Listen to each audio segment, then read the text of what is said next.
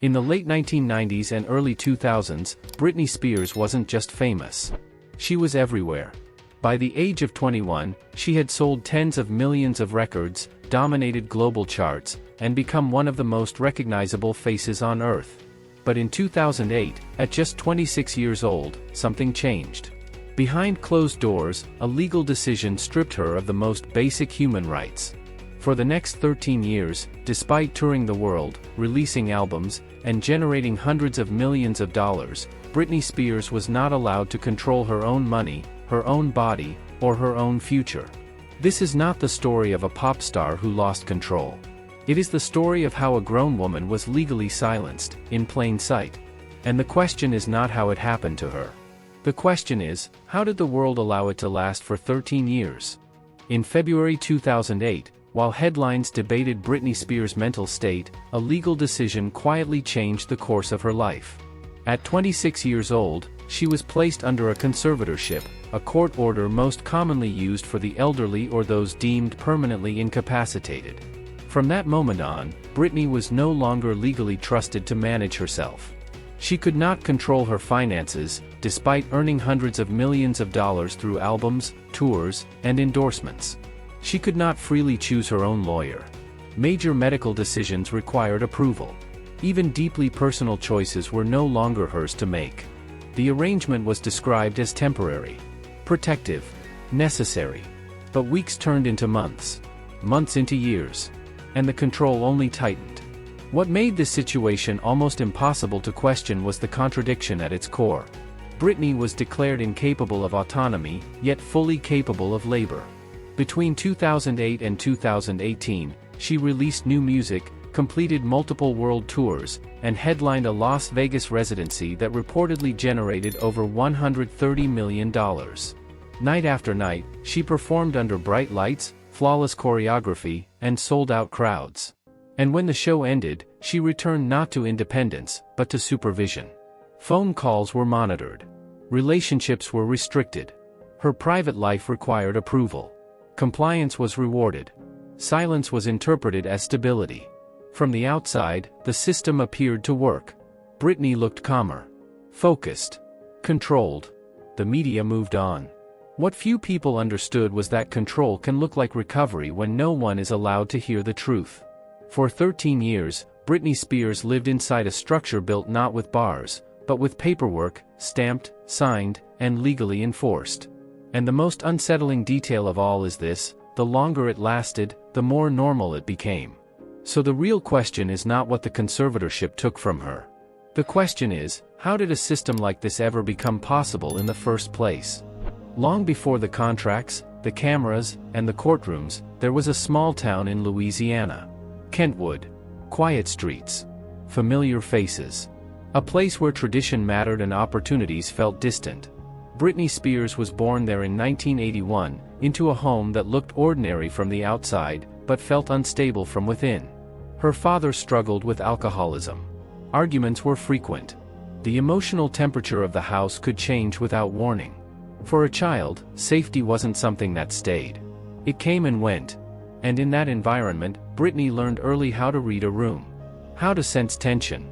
How to adjust herself to it. Then she discovered music. When she sang, the atmosphere shifted. Adults softened. Voices lowered. Smiles appeared. For the first time, she felt noticed not for being quiet, but for being useful. Performance became more than expression. It became relief. A way to bring calm into chaos. A way to earn approval when nothing else worked. By age 3, she was dancing in local recitals. By age 8, she was traveling for auditions in Atlanta and New York. Childhood didn't end suddenly. It narrowed. Days filled with rehearsals. Weekends replaced by competitions. Playtime traded for preparation. Success brought applause. Failure brought silence. And silence taught a powerful lesson. Love could be conditional. Attention could disappear. The safest response was to please. When Britney entered professional spaces as a child, the expectations intensified. Adults spoke in calm, confident tones about opportunity and potential.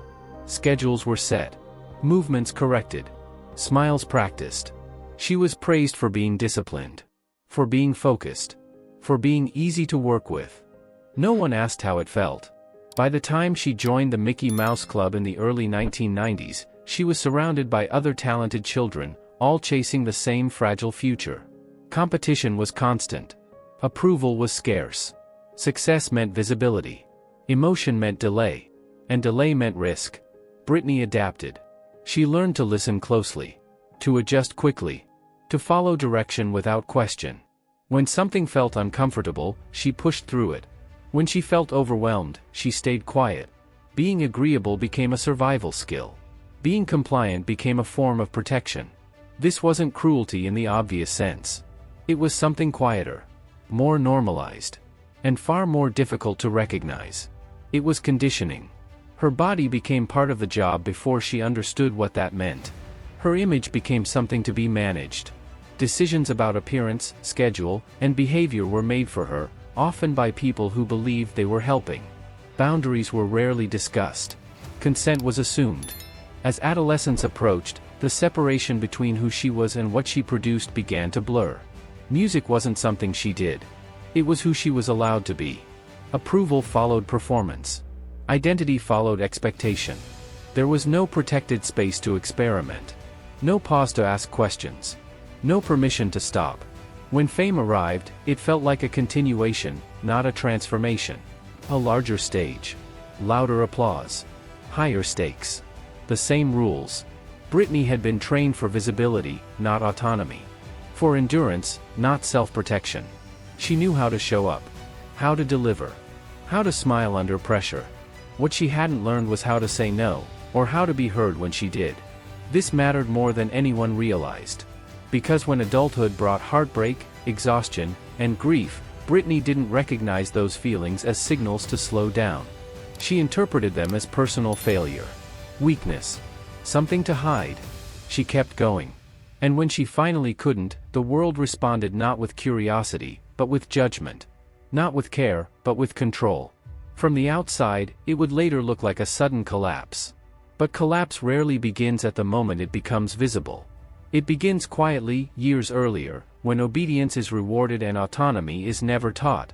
Britney's childhood did not create fragility. It created vulnerability. A vulnerability that would one day be mistaken for incapacity, and used to justify taking her freedom away. So before the contracts and the headlines, before the cameras and the court orders, there is a simpler question we have to ask. If a child is never taught how to protect herself, how is she supposed to defend her freedom when the world finally turns against her? In 1998, everything accelerated. With the release of Baby One More Time, Britney Spears didn't slowly rise into fame. She exploded into it. Within months, the song topped charts across multiple countries. The music video ran on constant rotation. Magazine covers followed. Television appearances stacked back to back. By the time she turned 18, she was no longer just a promising artist. She was a global phenomenon. For the world, it felt like a fairy tale. For Britney, it felt like momentum she could not slow. Schedules filled instantly. Tours were booked years ahead. Interviews became daily rituals. Every appearance required perfection. Every performance had to deliver the same energy, the same smile, the same image. There was no transition period between childhood and superstardom. One day she was auditioning. The next, she was being consumed.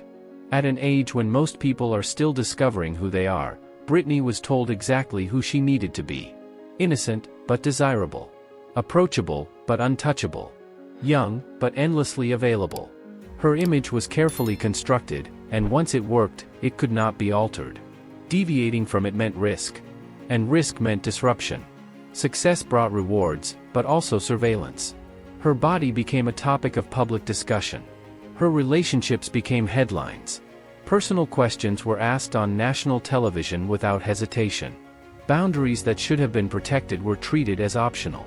Britney learned to answer anyway. She smiled through discomfort. She laughed off invasive questions. She adapted to rooms where adults debated her life as if she were not present. The same pattern from childhood continued, only now the audience was global. By 2000, her second album confirmed what the industry already knew. This wasn't temporary. Britney Spears was a brand. A machine. A financial engine generating tens of millions of dollars per year. And machines are not designed to rest. Tours followed tours. Promotion followed promotion. Sleep became irregular. Privacy vanished. Any attempt to slow down was reframed as attitude. Any resistance was labeled unprofessional. Still, she delivered. The applause was deafening. Stadiums sold out. Awards accumulated. To the outside world, she appeared unstoppable. But success did not create security. It increased dependence. More people relied on her output. More systems were built around her availability. More pressure attached itself to her presence. The cost of slowing down grew higher each year. By her early 20s, Britney had achieved what most artists never will in an entire career. And yet, something critical was missing. Ownership. She did not feel in control of the pace, or the direction, or the image that now defined her. Fame had not given her freedom. It had amplified the same obedience she had learned as a child. Show up. Do the job. Smile. Move forward. And because she had been so good at enduring, few noticed the warning signs. Exhaustion was dismissed as stress. Confusion was framed as immaturity. Emotional reactions were treated as inconvenience. There was no language for burnout. No space for doubt. And no model for stopping. As the years passed, the gap between who Britney was and who she was expected to be widened. The performance continued. The pressure intensified. And the system that benefited from her success had little incentive to ask how she was holding up. Fame had arrived faster than identity could form. And once the image was locked in place, it became increasingly difficult to escape it. By the time cracks began to appear, the machine was already too large to slow down gently. And that raises the next question. When the world demands perfection from someone who has never been allowed to rest, what happens when the pressure finally becomes unbearable? By the early 2000s, Britney Spears had reached a level of fame few people ever experience. Her face was instantly recognizable across continents. Her tours sold out in minutes. Her name alone could move markets. On paper, she had everything. In reality, she had no margin for error. Every appearance became a performance beyond the stage. Red carpets were judged frame by frame. Interviews were dissected word by word. The media no longer reported on her work. It evaluated her worth. And the standard was impossible. Britney was expected to be flawless, but never distant. Sexy, but never sexual. Confident, but never defiant. Successful, but endlessly grateful. Any deviation from this narrow role was treated as a problem to be corrected. By 2002, the scrutiny intensified. Her relationship with Justin Timberlake became a public spectacle. When it ended, the narrative shifted quickly. He was framed as wounded and introspective. She was framed as reckless. Songs, jokes, and headlines reinforced the imbalance. The story was decided without her voice. Britney absorbed it quietly. Talk shows laughed at her discomfort. Interviewers asked questions designed to embarrass. Cameras lingered when she hesitated. Boundaries were crossed so often they stopped being noticed. What should have been private was treated as fair game. At the same time, her workload increased. Tours, albums, appearances, rehearsals. Sleep became irregular. Recovery became optional. The pace did not slow when she struggled. It accelerated. Motherhood arrived in 2005, a moment that should have brought grounding. Instead, it brought another layer of surveillance. Every decision she made as a parent was judged by strangers. Photographers followed her relentlessly. Court documents became tabloid content.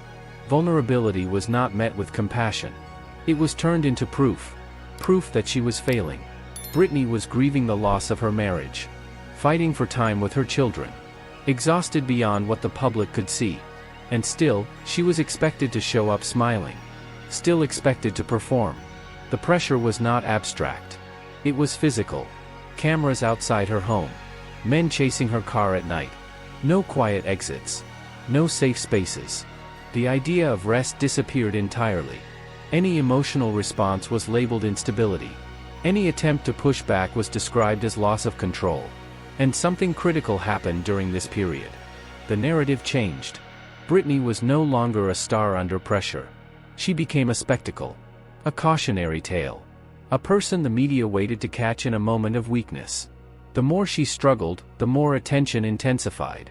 And the more attention intensified, the less space she had to recover. It was a feedback loop with no exit. By 2006 and 2007, the signs were unmistakable. Fatigue, confusion, emotional volatility. These were not mysteries. They were symptoms. But the system around her did not respond with care. It responded with containment. Control became the solution. Not healing. Not rest. Control. The industry, the media, and even those close to her began to speak the same language. She needed structure, supervision, limits, someone to step in. What no one stopped to ask was whether the pressure itself was the problem. Britney had spent her entire life being evaluated. As a child. As a teenager. As a global icon. She had learned to endure without complaint. To smile through discomfort. To keep going. But endurance has limits. When the pressure finally overwhelmed her, it would not happen quietly. It would not happen privately. It would happen in front of cameras that had been waiting for years. And once that moment arrived, the world would no longer ask how to help her. It would ask how to control her. So the question becomes unavoidable. When a human being is pushed past every boundary, watched without mercy, and denied the right to rest, is collapse a failure, or is it the only remaining form of resistance? By 2006, the pressure surrounding Britney Spears had reached a breaking point. What once looked like relentless success now felt like constant surveillance. Cameras waited outside her home. Photographers chased her car through the night. There was no private exit, no quiet moment, no place where the performance could stop. Every emotion was documented. Every hesitation became a headline. When her marriage ended and custody battles followed, the scrutiny intensified. Motherhood did not soften the gaze. It sharpened it. Each decision she made as a parent was judged by strangers who knew nothing about her reality. Exhaustion was not treated as human. It was treated as evidence. By early 2007, the signs were unmistakable. Britney was running on little sleep, little privacy, and constant fear of being watched. The same world that had demanded perfection now waited for collapse. And when it came in front of everyone. The night she shaved her head was replayed endlessly. Loop after loop. Frame after frame. Talk shows mocked it. Tabloids sold it. The internet turned it into a joke. The story was simple, they said. Britney had lost it. But that story was wrong. What the cameras captured was not madness. It was a woman attempting to reclaim ownership of her own body. After years of being styled, photographed, touched, and consumed without consent, she removed the one symbol the world felt entitled to control. Her hair. It was not a performance. It was refusal. Days later, another image followed her forever. Britney striking a paparazzi car with an umbrella. The footage became proof, they claimed. Proof that she was unstable. Proof that she needed intervention. What the footage never showed was the context. The men surrounding her. The cars blocking her path. The relentless shouting of her name. The absence of escape. This was not a breakdown in private. It was a collapse under siege. By the time she was hospitalized later that year, the narrative had hardened. Britney was no longer a star under pressure. She was a problem to be managed. A liability. A risk. Language began to change. People close to her spoke of supervision. Structure. Control. The media echoed it. She needed limits. She needed someone to step in. Someone to make decisions for her. No one asked the most important question. What would any human look like after years without rest, privacy, or safety? Instead of space, the response was confinement. Instead of care, the response was authority. As 2008 approached, Britney's public image shifted completely. She was no longer judged for her work. She was judged for her behavior. Her expressions. Her compliance. Silence became desirable. Obedience became reassuring. And quietly, behind closed doors, plans were being made. Plans not to help her heal, but to take control of her life. The collapse had created an opening. A moment where fear could be reframed as incapacity. Where vulnerability could be redefined as danger. Where a woman's pain could be used to justify removing her rights. The cameras would soon move on. The jokes would fade. But the consequences of that moment would last far longer than anyone realized. Because once the world accepted the idea that Britney could not be trusted with herself, the next step no longer seemed unthinkable. It seemed responsible. So here is the question that follows the public breakdown. When the world decides someone is too broken to choose for themselves, who gets to decide what control looks like, and how far it can go? In February 2008, while the public was still replaying images from the previous year, a decision was made quietly and quickly. A judge approved a conservatorship over Britney Spears. The language sounded neutral, clinical, responsible. It was framed as a temporary measure, designed to stabilize a woman in crisis. But the scope was extraordinary. At 26 years old, Britney was declared legally incapable of managing her own life. Authority over her finances and major decisions was transferred to others. What followed was not a pause for recovery, but a restructuring of power. From that point forward, Britney could not freely access her own money, despite being one of the highest-earning entertainers in the world. She could not choose her own legal representation without approval. Decisions about work schedules, medical treatment, and personal relationships required consent. Even deeply private choices were no longer hers alone. The justification was safety. The reality was control.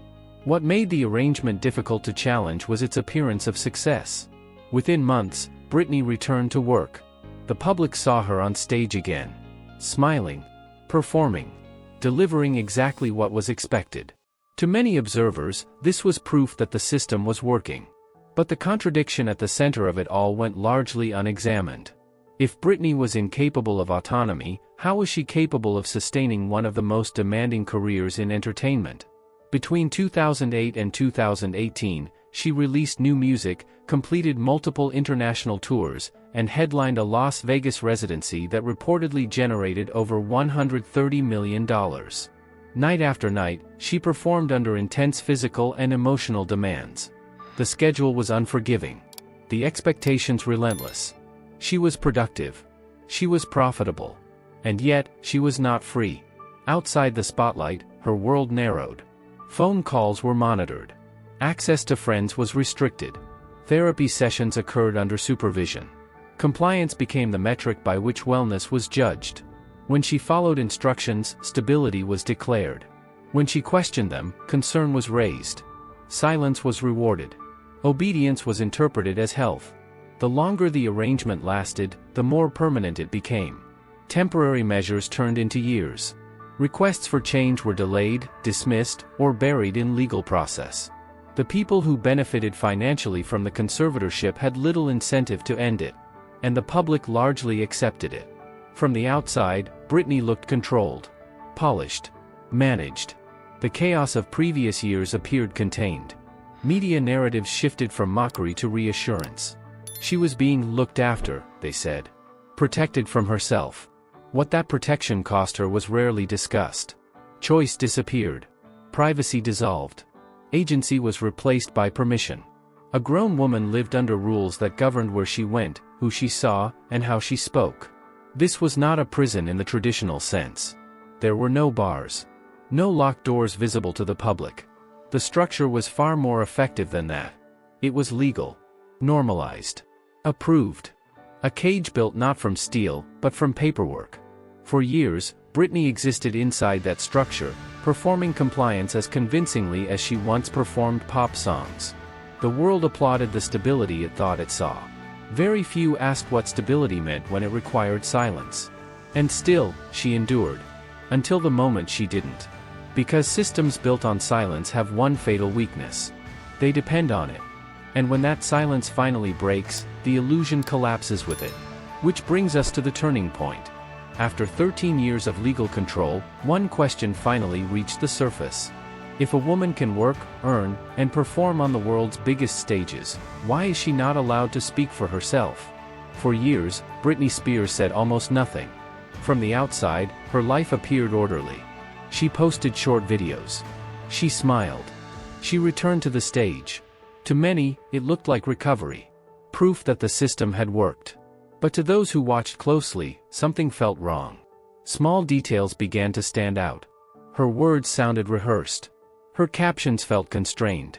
Her movements were precise, but her eyes carried a kind of exhaustion that performance could not hide. Fans noticed patterns. Repetition. Hesitation. Silence where there should have been choice. By 2019, questions started to circulate. Quietly at first. Then louder. Why had the conservatorship never ended? Why was Britney still working under restrictions meant to be temporary? If she could perform nightly shows, why could she not make basic decisions about her own life? The phrase #FreeBritney began to spread. What started as online speculation evolved into organized scrutiny. Fans examined court filings. They compared timelines. They asked questions the media had never asked. And slowly, the narrative shifted. This was no longer about celebrity gossip. It was about power. In June 2021, after 13 years of legal silence, Britney was finally allowed to address the court directly. The hearing was not televised. There were no cameras. No performance. No audience applause. Only her voice. It shook at first. Then it steadied. Britney described being forced to work when she didn't want to. She spoke of medication she had been required to take. She revealed that she was not allowed to remove an IUD, despite wanting another child. She said the conservatorship had made her feel traumatized, controlled, and afraid. This conservatorship, she told the court, has done me more harm than good. For the first time, the public heard her story without filters. Without management. Without approval. There was no choreography. No image to protect. Just a woman speaking plainly about her life. The reaction was immediate. Media outlets scrambled to revise their coverage. Public opinion shifted almost overnight. Celebrities voiced support. Politicians called for reform. What had once been framed as protection was now openly questioned as abuse. The most powerful part of Britney's testimony was not anger. It was clarity. She did not ask to be saved. She asked to be believed. And once her words were spoken, they could not be taken back. The system that had relied on her silence suddenly faced exposure. The structure that had appeared stable now looked fragile. Because control only works when no one hears the truth. Britney's voice changed the conversation. Not just about her case, but about how society defines competence, care, and consent. It forced a reckoning with a question far larger than one woman's story. If silence can be enforced for 13 years, how many others are still unheard? In November 2021, the conservatorship was officially terminated. On paper, it was a single decision. A legal end to a 13-year structure of control. But in reality, it was the beginning of something far more uncertain. Britney Spears was free. There were no fireworks. No triumphant press conference. No polished comeback. Freedom did not arrive as a performance. It arrived quietly, unevenly, and without instructions. For the first time in over a decade, Britney had to make ordinary decisions on her own. Where to go? Who to trust? When to rest? What to say? Things most people learn gradually, she had to relearn all at once. The world watched closely. Some expected a flawless recovery. A clear narrative of healing. Others searched for signs of instability, ready to question whether freedom had been a mistake. Every post, every movement, every moment of confusion was analyzed. But healing does not follow a schedule. And it does not perform for approval. Britney's life after control did not look neat. Some days she appeared joyful. Other days uncertain. At times, visibly struggling. And that discomfort revealed something important. Society is comfortable with freedom only when it looks calm. Only when it looks organized. Only when it does not challenge expectations. Britney challenged them simply by existing as herself. She spoke openly about trauma. About how control disguised as care had reshaped her sense of safety. She did not pretend that the damage disappeared with a court order. Freedom, she made clear, was not the same as peace. And in that honesty, her legacy began to shift. Britney was no longer just a pop icon. She became a symbol of a much larger conversation. About mental health. About consent. About how systems treat people who break under pressure rather than asking why they broke. Her case sparked legal debates. Calls for reform. Public re-examination of conservatorship and the power they grant. What had once been hidden behind celebrity became visible to everyone. But perhaps her most powerful impact was quieter than that. By refusing to present a perfect ending, Britney exposed a truth many people recognize but rarely hear articulated. Survival is not glamorous. Recovery is not linear. And reclaiming one's life takes time that cannot be rushed. She did not return to the stage to prove she was well. She stepped away to learn who she was. In doing so, she changed the definition of strength. Strength was no longer endurance at any cost. It was choosing honesty over performance. Choice over obedience. Britney's life after Control was not a conclusion. It was a continuation. One shaped by autonomy, uncertainty, and the right to decide what came next. And as her story moved forward, it left behind a final reflection that could not be ignored. If freedom does not look perfect after trauma, do we question the survivor, or the system that broke them? Britney Spears was never just a pop star who collapsed under fame. She was a child shaped by approval. A woman pressured by perfection, and a human being trapped inside a system that confused control with care. For years, the world believed a convenient story. That success protects people. That wealth replaces autonomy. That silence means stability. And when cracks appeared, judgment arrived faster than understanding. But Britney's story exposes a harder truth. Fame does not immunize against trauma. Productivity does not equal wellness. And obedience is not the same as health. Her life shows how easily society accepts control when it wears the language of protection. How quickly we normalize systems that silence people, as long as the outcome looks orderly from the outside. How comfortable we become watching someone endure, as long as the performance continues. What changed everything was not a comeback. It was a voice. When Britney finally spoke, she didn't deliver a spectacle. She delivered clarity.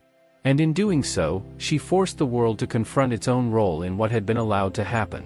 Not just to her, but to anyone whose pain is managed instead of understood. Her legacy is not defined by the hits, the tours, or the headlines.